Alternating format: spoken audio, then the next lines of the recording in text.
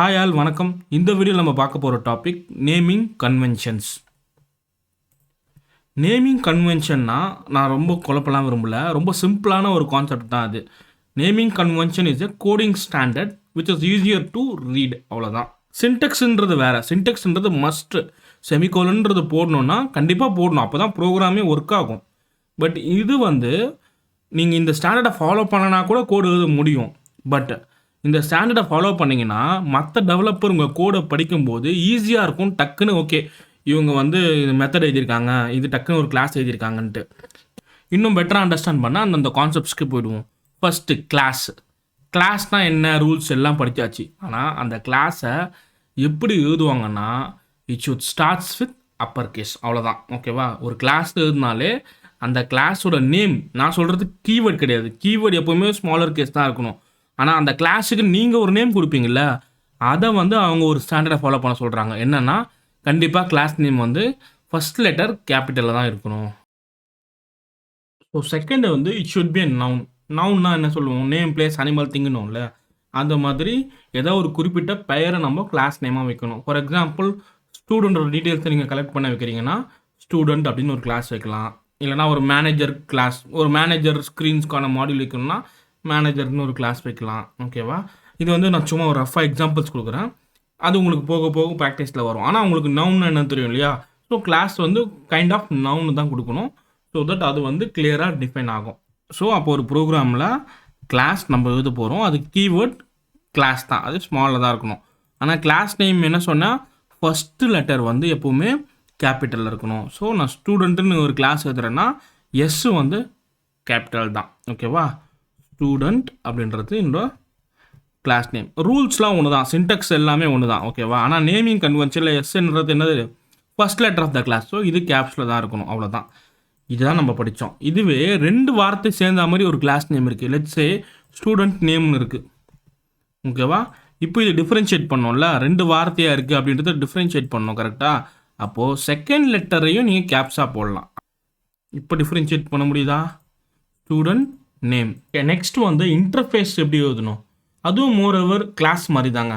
It should starts with upper case. ஓகேவா? First letter, நான் சொல்கிறது எல்லாமே ஃபர்ஸ்ட் லெட்டர். இன்டர்ஃபேஸ் கேபிட்டல் தான் இருக்கணும். அண்ட் இது ஷுட் பி அன் அட்ஜெக்டிவ், அதாவது ஒரு நவுனை டிஸ்கிரைப் பண்ணுற வேர்ட்ஸாக இருக்கணும். ஓகே, இன்டர்ஃபேஸ்க்கும் அகெயின் இன்டர்ஃபேஸ் கீவேர்ட் இதுதான். கரெக்டாக? Interface name. அண்ட் இந்த நேம் லெட்ஸே ரன்னபிள். ஓகேவா? இது ஆல்ரெடி இருக்கிற இன்டர்ஃபேஸ் தான். நான் அதை உங்களுக்கு மென்ஷன் பண்ணி காட்டுறேன். இது ஒரு பர்டிகுலரான ஆக்டிவிட்டியை டிஸ்கிரைப் பண்ணுது. ஓகேவா? ரன்னபிள், டூயபிள், ரீடபிள், க்ளோனபிள், இது மாதிரி நீங்கள் எதை வேணால் கொடுக்கலாம். ஓகேவா?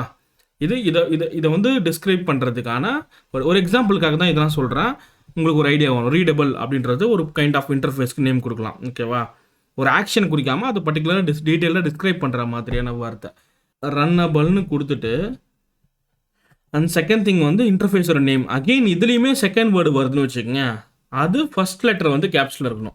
ரன்னபிள் ஐட்டம் அப்படின்னு இருக்குன்னா அப்போது ஐ கேப்ஸில் இருக்கணும். 2 வேர்ட்ஸாக இருந்தால் ஃபஸ்ட் லெட்டர் கேப்ஸு ஃபஸ்ட் வேர்டுக்கு, செகண்ட் வேர்ட்லேயுமே first letter caps. Similarly class name மாதிரி தான்.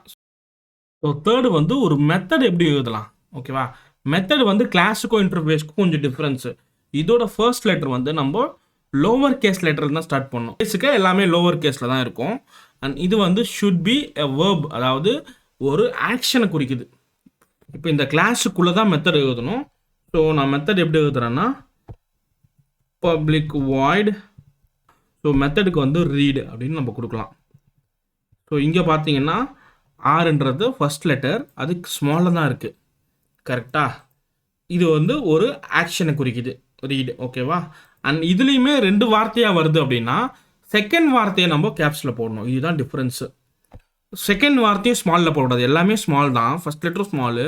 இப்போ செகண்ட் வேர்டாக இருந்தால் அதை நம்ம கொஞ்சம் டிஃப்ரென்ஷியேட் பண்ணுறதுக்கு செகண்ட் வேர்டோட ஃபர்ஸ்ட் லெட்டரை நம்ம கேப்ஸில் போடலாம். Read text. ஓகேவா?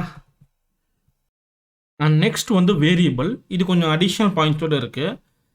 இதோட ஃபர்ஸ்ட் லெட்டரும் லோவர் கேஸ் தான். எப்படி ஒரு மெத்தடுக்கு லோவர் கேஸ் தான் பிகினிங்கில் எழுதணுமோ அதே மாதிரி இதோட ஃபர்ஸ்ட் லெட்டரும் லோவர் கேஸ் தான். இது ஆஸ் யூஷுவல். ஓகேவா? Second point it should not contain any special characters like and ஓகேவா, டாலர் அண்ட் அண்டர்ஸ்கோர் இந்த மாதிரி ஸ்பெஷல் கேரக்டர்ஸோட ஒரு வேரியபிளை ஸ்டார்ட் பண்ணுறது குட் ப்ராக்டிஸ் கிடையாது. ஓகே. அண்ட் தேர்டு வந்து avoid using one letter. So இதையுமே ப்ரோக்ராமில் சொல்கிறேன். லெட்ஸு இன்ட் டாலரில் ஆரம்பிக்குது, ஓகேவா, ஏ இந்த மாதிரி கொடுக்க தேவையில்ல. டாலர் அண்டர்ஸ்கோர் இந்த மாதிரிலாம் கொடுக்காதீங்க. ஓகே. ப்ராப்பராக ஐடி அப்படின்னு கொடுங்க. ஃபர்ஸ்ட் லெட்டர் வந்து ஸ்மாலில் தான் இருக்கணும். அண்ட் இது ஒரு மீனிங்ஃபுல்லான நேமாக இருக்குது. இன்ட் ஐஏ ஒய் அந்த மாதிரிலாம் கொடுக்காம இந்த மாதிரி கொடுங்க. அண்ட் லாஸ்ட்டாக இன்னொரு இம்பார்ட்டன்ட் விஷயம், இங்கேயுமே 2 வேர்ட்ஸ் வருது. லெட்ஸே நேம் டீட்டெயில்ஸ்னு வருது, ஓகேவா. அப்போது இந்த மாதிரி செகண்ட் வேர்டோட ஃபர்ஸ்ட் லெட்டர் கேப்ஸில் கொடுத்துக்கலாம். நெக்ஸ்ட் வந்து பேக்கேஜ் ஆஸ் யூஷுவல் எல்லாமே லோவர் கேஸில் தான் இருக்கும், ஓகேவா. ஃபர்ஸ்ட் லெட்டர், செகண்ட் வேர்டு எல்லாமே லோவர் கேஸ் தான் இருக்கும். அண்ட் இன்கேஸ் 2-3 வேர்டுக்கு மேலே இருந்ததுன்னா அதை வந்து நம்ம டாட் மூலமாக செப்பரேட் பண்ணுவோம். அண்ட் லாஸ்ட் டாபிக் வந்துட்டோம், அதுதான் கான்ஸ்டன்ட், ஓகேவா. கான்ஸ்டன்ட்னா என்ன, நம்ம இது வரைக்கும் படிக்கலைன்னா யோசிக்காதீங்க. நம்ம எந்த ஒரு வேரியபிளை ஃபைனல் கீவேர்டு மூலமாக பயன்படுத்துகிறோமோ அதெல்லாம் கான்ஸ்டன்ட் சொல்லுவோம். யூஸ்வலாக இதை படிச்சிருப்போம், ஃபைனல்னு ஒரு கீவேர்ட்லாம் எதுக்குன்னு படிச்சிருப்போம். எதுக்காக இருக்கும், ஃபைனல்னு ஒரு வேரியபிள் நேம் முன்னாடி கொடுத்தா அதோட வேல்யூவை யாருமே சேஞ்ச் பண்ண முடியாது, கரெக்டாக.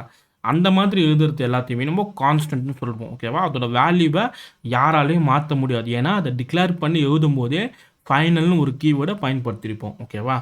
அந்த மாதிரியான வேரியபிள் டிக்ளரேஷன்ஸ்க்கு நம்ம யூஸ் பண்ணுற அப்ரோச் தான் இப்போ நம்ம பார்க்க போகிறோம். ஒன்று வந்து it should be in upper case letters. So multiple வேர்ட்ஸாக இருந்தால் என்ன பண்ணலாம் அப்படின்னா அண்டர்ஸ்கோர் மூலமாக டிஃப்ரென்ஷியேட் பண்ணிக்கலாம். எப்பவுமே மல்டிபிள் வேர்ட்ஸாக இருந்தால் நம்ம செகண்ட் வேர்டை மட்டும் அப்பர் கேஸில் எழுதுவோம், கரெக்டாக, ஃபர்ஸ்ட் லெட்டரை. அதுக்கான காரணம் டிஃப்ரென்ஷியேட் பண்ணுறதுக்கு.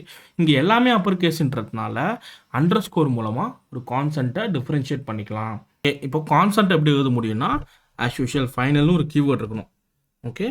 அண்ட் ஆஸ் யூஷுவல் அந்த வேரியபிளோட nature, let's say double pi, okay, equal to 2.14. இதுதான் கான்ஸ்டன்ட். இந்த பையன்றது இதை யாராலையுமே மாற்ற முடியாது. ஒன்ஸ் வேல்யூ கொடுத்தா கொடுத்துட்டு தான். இப்போ நம்ம சொன்ன ஸ்டாண்டர்ட் என்னது, இட் ஷுட் பி கேபிட்டல், அவ்வளோதான்.